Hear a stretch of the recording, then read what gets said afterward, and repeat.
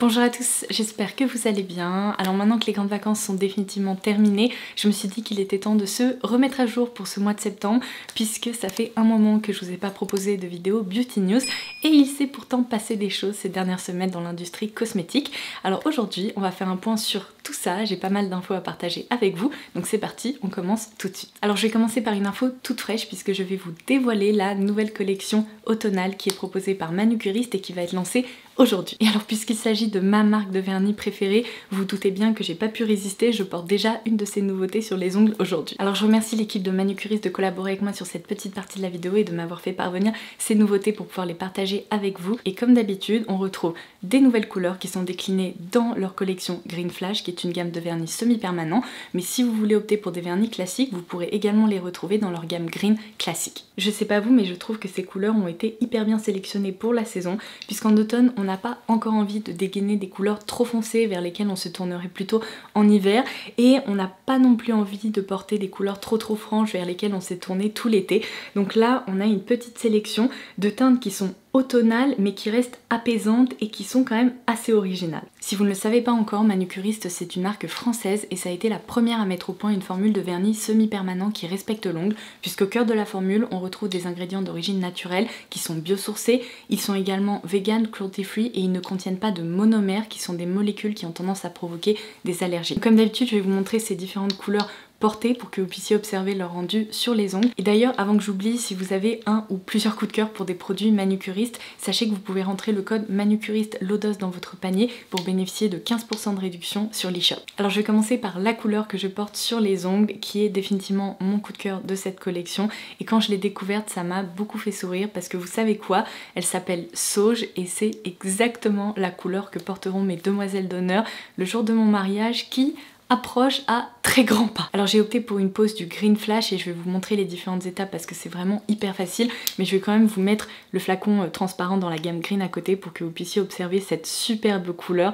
Non mais elle est parfaite, elle peut se porter avec du vert comme je l'ai fait aujourd'hui, mais aussi avec des couleurs un peu plus bleutées, du gris, des couleurs neutres, elle est trop jolie. Donc pour réaliser votre manucure Green Flash à la maison, c'est hyper simple. Il suffit de commencer par appliquer une fine couche de la base numéro 1, évidemment dans la gamme Green Flash. Ensuite, on la fixe sous lampe en appuyant sur le bouton base, en toute logique. Il suffit ensuite d'appliquer une fine couche de la couleur pour laquelle vous avez opté et de la fixer sous lampe.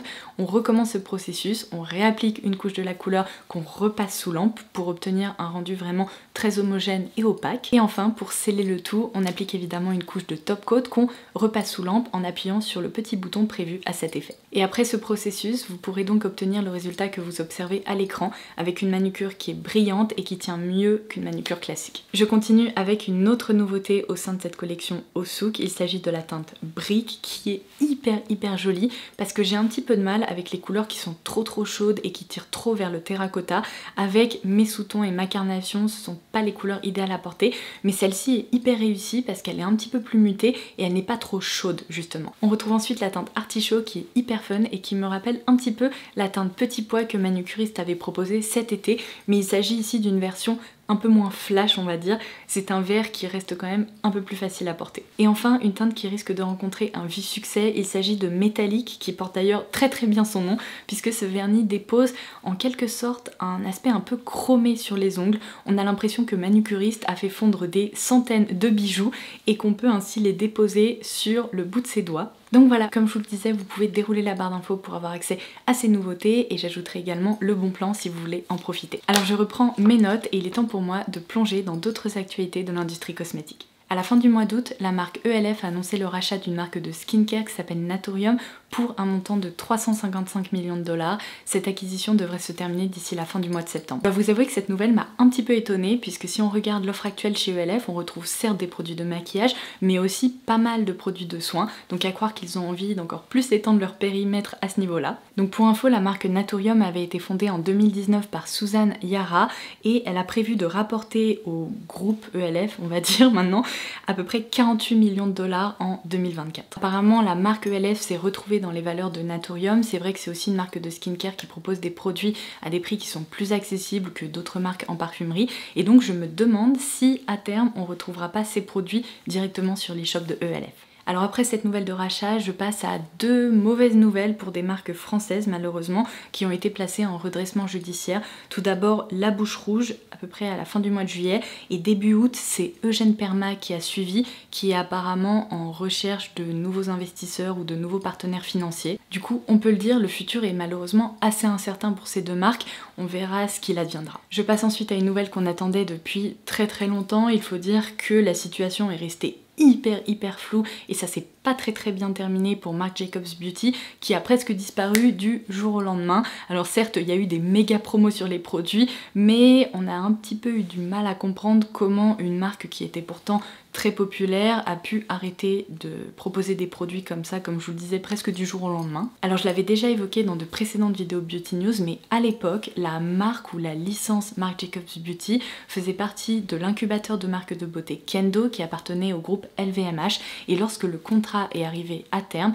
eh bien il n'a pas été renouvelé. Donc c'est pour ça que les produits ont peu à peu disparu et qu'ils ont arrêté d'être distribués. Alors il s'avère qu'il y a eu une annonce officielle, finalement la marque Marc Jacobs Beauty va non pas se tourner vers le groupe LVMH mais vers le groupe Coty pour reprendre la production des produits de la marque. Il y a donc un accord qui a été signé et entre nous ça fait sens parce que Coty c'est le groupe qui gère les parfums Marc Jacobs depuis plus de 15 ans maintenant. Alors je pense sincèrement que ce changement de partenaire va aussi engendrer des gros changements pour Marc Jacobs Beauty parce que les produits tels qu'on les connaissait à l'époque, je pense mais vraiment à 99% qu'on peut tirer une croix dessus, ils ne reviendront jamais. C'est désormais les équipes de Coty qui vont devoir réimaginer un univers pour les produits Marc Jacobs Beauty. Il va y avoir j'imagine des nouvelles formules, des nouveaux packaging et des nouveautés tout simplement. Alors par contre il va falloir prendre votre mal en patience parce que même si l'accord a été signé, visiblement le relancement ne s'effectuera pas avant 2024. Et encore, je pense que ça sera plutôt toute fin 2024. Alors puisqu'on parlait de nouvelles marques, vous avez peut-être vu passer l'information, la marque de luxe Prada s'est elle aussi lancée dans le maquillage et le soin, mais on est vraiment sur une offre ultra premium, voire tout à fait luxe, en tout cas pour les produits de soins quand on regarde le prix des crèmes, des sérums, etc. Pour info, la crème de jour et nuit est proposée au tarif de 360 € les 60 ml.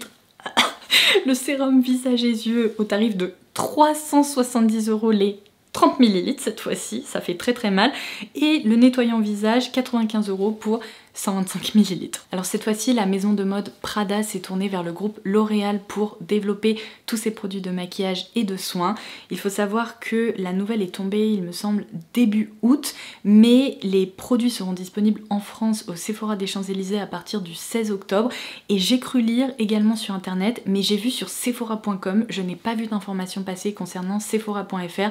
Après, généralement, lorsqu'il y a des lancements au Sephora des Champs-Élysées, eh bien, on retrouve aussi des références sur le site, donc ça sera une information à vérifier au mois d'octobre. Il faut savoir que c'est pas le premier essai pour Prada dans les cosmétiques. Alors ils possèdent évidemment toute leur licence de parfum qui est quant à elle gérée par Puig. Le premier parfum avait été lancé en 2004, mais il faut savoir qu'il y a maintenant 15 ans, leur gamme de soins avait été arrêtée parce que j'imagine que ça fonctionnait pas à hauteur de leurs espérances.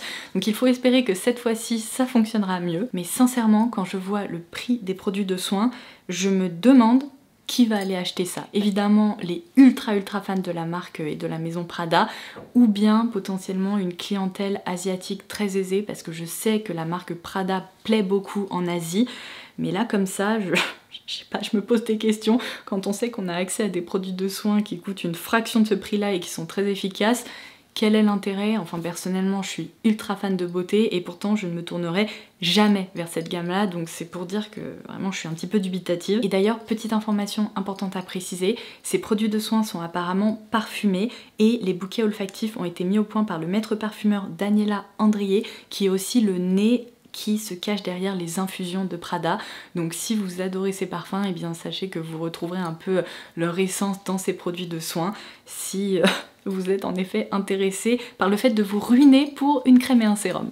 Bon, par contre, j'ai pu voir qu'il y aura aussi des produits de maquillage qui seront proposés, comme le fond de teint Prada Reveal, qui sera décliné en 33 teintes et qui sera cette fois-ci proposé au tarif de 60 € pour 30 ml, ce qui reste entre nous un peu plus raisonnable et qui s'aligne un petit peu plus avec les marques ultra premium ou luxe qu'on retrouve chez Sephora. De même, il y aura une collection de rouge à lèvres qui sera proposée au tarif de 45 € avec un système de recharge qui coûteront 35 €. Bon, et puisque les célébrités ont quasiment toutes lancé leur marque de cosmétiques, et bien maintenant, comme vous pouvez le voir, ce sont un peu les maisons de mode qui mettent leur nez là-dedans, et vous avez peut-être constaté qu'il y a quelques jours, le 12 septembre, la marque Paco Rabanne a lancé également sa gamme de maquillage sur l'e-shop de Sephora. Je vous laisserai un lien si vous voulez aller regarder ça, il y a pas mal de références qui sont proposées. Et si vous n'avez pas fait de petit tour sur l'e-shop de Sephora.fr récemment, vous êtes peut-être passé à côté de la nouvelle qui fait beaucoup d'heureux apparemment. La marque Make Up by Mario est enfin disponible en France.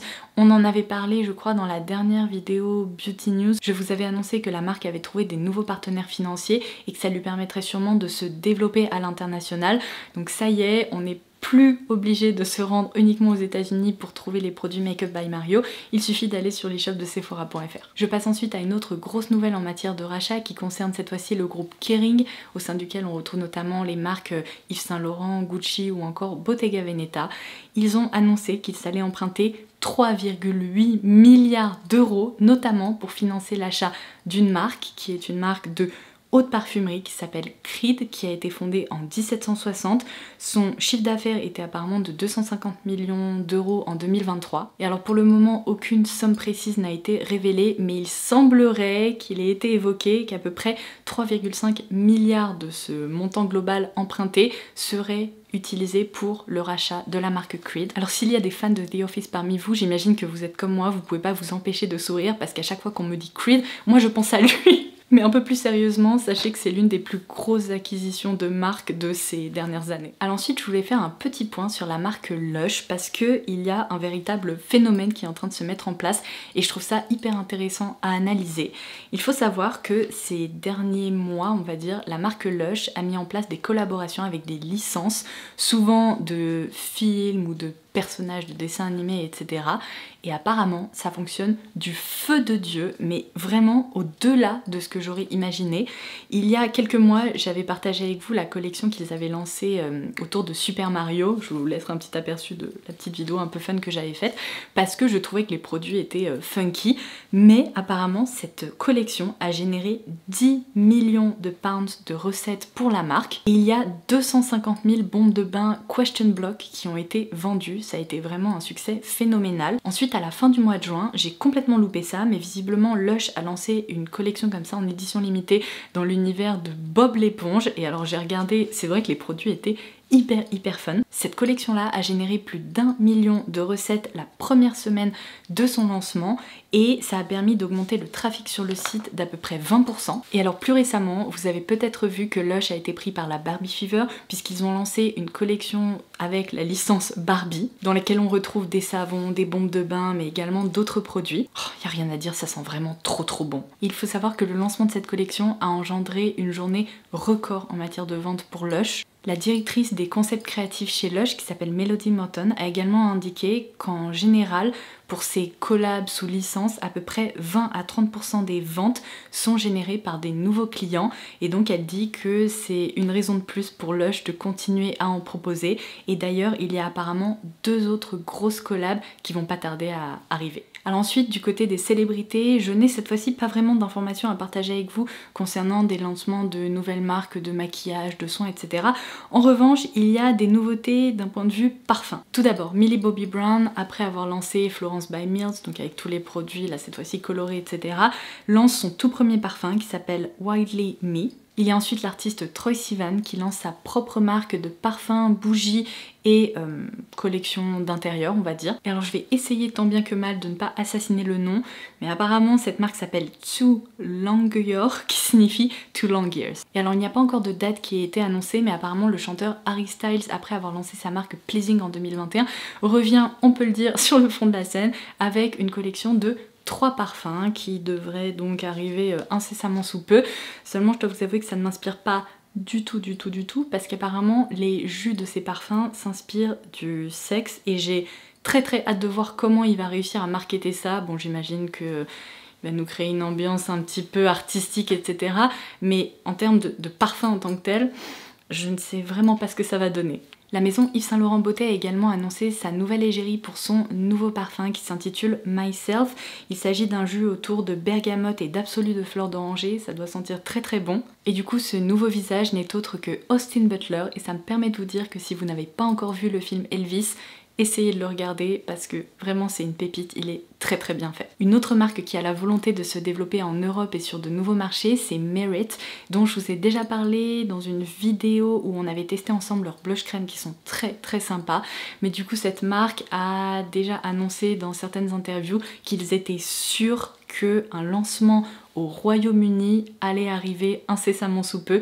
Donc j'espère que ça veut dire qu'ils commenceront en effet par le Royaume-Uni et qu'après d'autres pays seront concernés, pourquoi pas la France. Et alors je termine cette grosse vidéo Beauty News, je vous l'avais dit, j'avais plein d'infos à partager avec vous, par une info concernant la marque Youthforia qui vous dit peut-être quelque chose parce qu'on en a déjà parlé sur la chaîne. J'aime beaucoup leur blush liquide qui est vert, hyper fun et qui en fait réagit au contact de la peau et développe une couleur un petit peu rose. Mais du coup Youthforia casse un petit peu les codes et vient de lancer un fond de teint qu'ils ont marketé de façon très originale.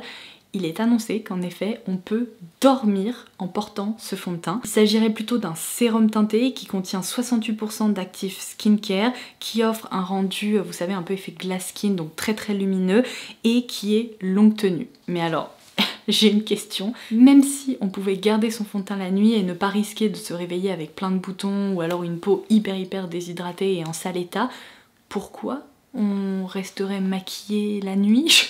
Je comprends pas le concept en fait. Alors j'imagine que ça joue sur le fait que parfois on rentre de soirée, on est trop fatigué, on a juste envie d'aller dormir.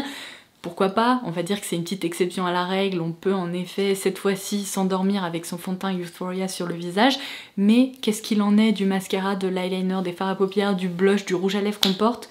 Dans tous les cas, jamais je ne ferai ça. Alors j'imagine que certaines personnes pourraient le faire, mais moi j'avoue que là ça me touche pas tellement parce que je me dis mais qu'est-ce qu'il en est du transfert sur l'oreiller? Ça doit être atroce. Et en plus, ben franchement, autant prendre 10 minutes et se démaquiller et aller se coucher en n'en mettant pas partout. Donc c'est bizarre. J'ai l'impression que c'est un peu, si vous voulez, une stratégie marketing qui change et qui permet aussi de faire parler de la marque, mais l'utilité en tant que telle du produit, j'ai un petit peu de mal à comprendre. Et alors puisqu'on parlait de fond de teint, une dernière petite info bonus, sachez que Glossier a annoncé le lancement du Stretch Foundation qui n'est autre en fait que la déclinaison fond de teint de leur anti-cerne le plus populaire qui avait été lancé en 2016 qui s'appelle le Stretch Bomb Concealer qui avait rencontré un vif succès. Donc ce fond de teint sera apparemment proposé au tarif de 34$. Et voilà, ça sera tout pour aujourd'hui. J'imagine qu'on va s'accorder sur le fait que c'est franchement déjà pas mal. J'ai eu l'occasion de partager de nombreuses informations avec vous. J'attends vos petits retours en commentaire ci-dessous. N'hésitez pas également à dérouler la barre d'infos. Je vous laisserai évidemment des articles que vous pouvez aller consulter si vous voulez en savoir plus. Et je vous laisserai aussi un lien vers la nouvelle collection de chez Manucuriste. Je vous laisserai aussi le bon plan si vous voulez en profiter et si vous voulez porter de jolies nouvelles couleurs sur les ongles cet automne. Sur ce, je vous embrasse et je vous dis à très vite. Bye bye!